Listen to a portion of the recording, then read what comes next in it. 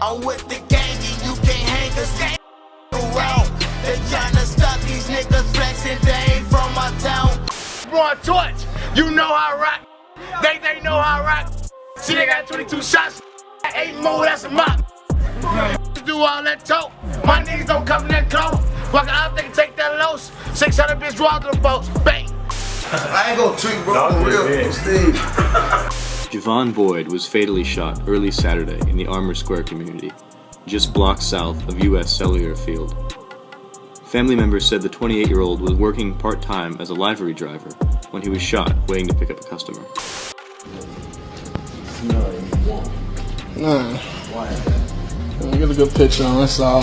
One of the buddies from the neighborhood.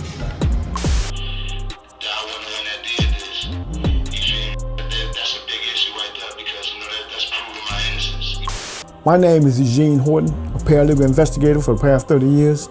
I inquire into, expose, and challenge wrongful convictions.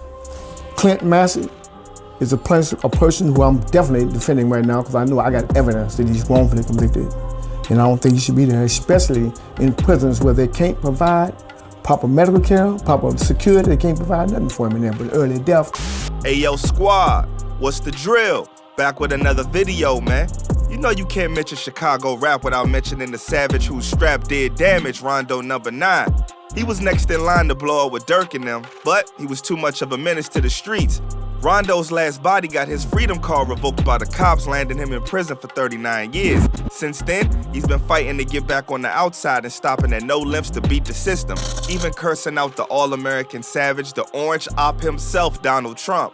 Rondo claims he's gonna be out soon with new evidence to bring to the court, but is that for real? Watch this video and find out. So without further ado, let's skip the play and get down to business. When you think about Clint Massey, aka Rondonumba9, you think of a one-man military, a rapper that actually lives his raps, a Chirac savage that lost his claim to fame in the rap game because he was dropping bodies and taking names allegedly. And hell, you may be right to do that because after all, the legend of Rondonumba9 passed down through generations of Chicago tales proves it to be right. He just started like any of us, a baby. Only that he wasn't the average citizen, he was home on the south side of Chicago. And like many Chirac superstars today, he followed the path of the streets. Rondonumba9 became affiliated with the BDs and repped his set 600 to the fullest. Rondo had an infatuation with poles. Here, there, everywhere. Rondo had the thing tucked for any op who wanted to get snubbed. In fact, his gun collection got so out of hand that the ops had to step in and issue a bulletin with his info labeling him a BD gang member in possession of a rocket launcher. If it sounds like cap, it wasn't. Rondo had just posted up pictures flexing the artillery online before cops got a hold of the images. That's the level of savagery bro was on. He was down a dangerous and war-filled path, but music stepped in to be a shield. Thankfully to his ops, he hopped on the mic and his views were running up, so he kept applying pressure building his career. I was just a block and others knew me already, so I just started rapping and shit. Then I just got a lot of views and shit. I was like, damn, I'm gonna start this shit. Music-wise, bro had the energy and the talent to take it to the top, and that's exactly where he was taking it. Every track drop was a banger. Taliban, Ride featuring Lil Durk, Life of a Savage, and the remix with Lupe Fiasco right up to his projects I'm Up Next, Steve Drive, and Real Ninja for Life. Rondo was taking over the airwaves right beside 600 homie L.A. Capone. Their chemistry was on point in the streets and on the beat. LA, what up, bro? LA Capone in the cuts. LA Capone. Rondo gun with soul. GK fucking break exposed. And the hush shots up with the pole. Shake this jumping, you know I can't fold. They were pushing out the bangers like Play for Keeps, and sadly, his homie L.A. Capone would lose his life to the streets, leaving Rondo to carry on his legacy. Even through the pain, Rondo had to keep pushing forward for everything they worked for. That was the motivation to put together more heat for the streets, which was released as his album Real Ninja for Life 2. He was doing it. He was climbing to the top like he said he would. Taking this shit to the top, bro. I ain't even gonna lie, bro. I swear to God, I'm gonna make it, cause y'all hear me saying this shit in the camera right now? When y'all see me at the top on Steve, y'all gonna be like, damn, he said that. My squad is at the top right now, you hear me? But life kicked down the ladder, leaving Rondonumba9 falling flat on his face. Just 2 days after the release of RN4L2, Clint Massey, aka Rondonumba9, and his homie, Courtney Ely, aka C-Day, stole the life of an innocent man, allegedly. Javon Boyd, working a taxi and was later apprehended by the police officers. Javon Boyd was fatally shot early Saturday in the Armour Square community. The next day, Rondo seemed to be on Twitter mocking Boyd on some savagery. According to the released documents from the police, on February 14th, 2014, Rondo and C-Day hit up a party with some baddies at 39th Street and Wentworth Avenue in the Wentworth Gardens housing project. They ended up dipping, leaving the rest to kick it, but things went sour and one of the shorties got into it with another woman and shots started busting. Not seeing who upped the pole, old girl phoned Rondo and them, letting them know what happened, and Rondo, C-Day, and D-Rose and Tay 600 spun the block. That's when they drove past Boyd sitting in his parked car, waiting to pick up the person who called for the taxi. It stated Rondo and them turned around and him, C-Day, and D-Rose exited the whip and approached Boyd's car from the passenger side, where they murked him and dipped. They were easily picked up by the cops who saw the entire thing from video footage from surveillance cameras belonging to the Chicago Housing Authority. Worse yet, C-Day's fingerprints were on the car and he left his cell phone at the scene of the crime. Then, the ace in the hole was the witness, one of the girls that was present at the scene. It was a wrap. C-Day got 38 years and Rondonumba9 got 39 years after being found guilty of first-degree hit. With them numbers, bro wouldn't be seeing the light of day till 2056. Goodness. The thing with being incarcerated is that getting arrested ain't even the hard part. The real pressure comes from being behind bars, and Rondo had a lot of time to fight that fight. Nah. Why is that? Get a good picture on, that's all. One of the buddies from the neighborhood. In 2016, when Rondo was sentenced, he had already been in jail for 2 years awaiting trial and the verdict for his freedom. During that time, he was confident he was coming home, even posting to Twitter in January of that year that he was coming home in a month. Not even just that, bro was hyping up fans promoting his tour for when he gets out. Sadly, that wasn't the case and he had to deal with the football numbers ahead of him. He had his own come up right there in his face and he threw it away, but that didn't stop the Chicago rhymer. What better way to spend his time than to write raps, right? While behind bars, he continued to pen songs and some have found their way as releases via phone recording from jail. Fans got the tracks like Crazy Story Remix, Love Song from the Can, which seems to be directed to his shorty he tweeted about, and Alone, and Running Remix. Being real, dude even sounds more in his bag with his recent tracks, so seems like he's really been grinding with the pen in prison. Bro is behind bars dropping bars, and it makes it even more sad that he can't capitalize on it because if he was out with some of the tracks he's dropping over the phone, it would have been crazy for sure.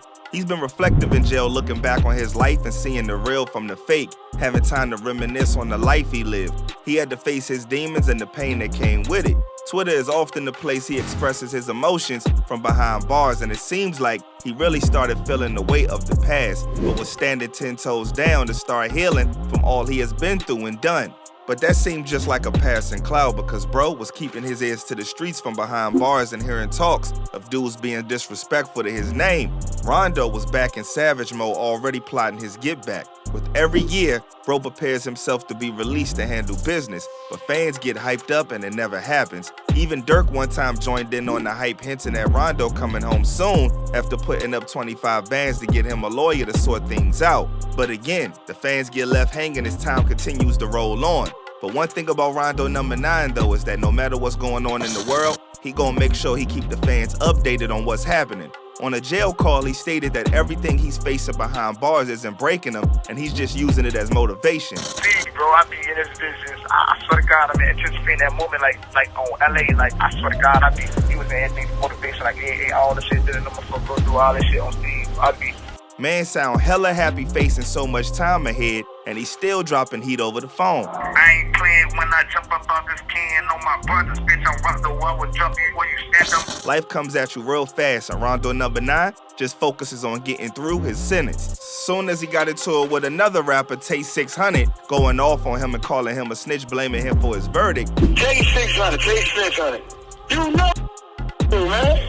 Oh, DJ, this shit public records, bro. Public records. All you gotta do is go to the Daily Center. All you gotta do is go to the Cook County, Chicago. Jamonte Carter, that's your name. Take 600 denied any snitching rumors being true and says any paperwork going around is false. They telling me like, yeah, you see this fake statement that people is posting. I don't know if you ever seen a fake statement, but you know, I know what you're talking about. Yeah, like it was a fake statement floating around, and it said in the statement, I, Jamonte D. Carpenter, have seen Rondo and C. They shoot the person 5 times, you know. And the statement was so fake, because if you read the statement, for one, court document's not gonna say Rondo and C. It's gonna say Courtney and Clint. In time, that blew over and fans finally got to see Rondo in person over a jail interview with his moms, where he addressed some things that's getting in his way to get his appeal and to be home.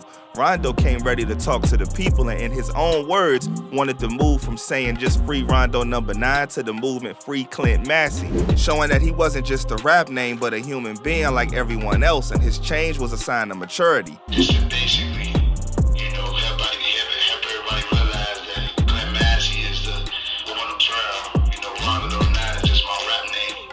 You feel me? I want things to be fair. And I feel like one of the things that I do, you know. And this is just a sign of maturity, you know, just to let everybody see that, you know, I'm a also, you feel me? Next, he was asked about his issues with the post-conviction petition, and Rondo had a couple things to get off his chest. Rondo went on to speak about his constitutional rights being violated and being falsely imprisoned because the boys in blue didn't get the warrant for his arrest. You know, they violated my due process. You feel me? Like the police didn't obtain a warrant to arrest me. You know, so right now, like I'm false imprisonment. You feel me? Like my constitutional rights being violated. Rondo had on his lawyer thinking cap. That boy was laying it all out, building his appeal on the ground, saying that new evidence popped up that shows he wasn't the shooter. So basically, it has been new discovered evidence. You know, that shows that, you know, I wasn't the one that committed this crime. You feel me? Like it was brought forward that I wasn't the one that did this. You feel me? That's a big issue right there, because, you know, that's proving my innocence. Rondo brought his points to a close, tackling faults. To lobby his case, Rondo had a paralegal, investigator, and past vet looking into the evidence and fighting for his appeal. According to him, he's confident he has evidence that Rondo shouldn't have been convicted. I'm a veteran also, a veteran from the U.S. Army. I'm going to use all the resources I got to challenge the Department of Corrections on this, what they're doing to these people. But that wasn't the only trick Rondo had up his sleeve. At the time, Kim Kardashian was on her prisoner freeing run fighting for inmates to gain their freedom. Rondo saw it as the perfect opportunity to make his claim. Since then, Rondo has still been behind bars. At his 7-year mark in prison, he posted the now deleted message to IG. Rondo was still fighting for his appeal behind bars, but a chance came around to get the kid free, the one and only All-American Savage, the orange op himself, Donald Trump. Trump was on his way out of office when his op Biden ran him off the block. And with his last little bit of presidential magic, he snapped his fingers and made pardons go away for other people. Rondo was for sure trying to get in the situation, but Trump pardoned Weezy and Yak instead.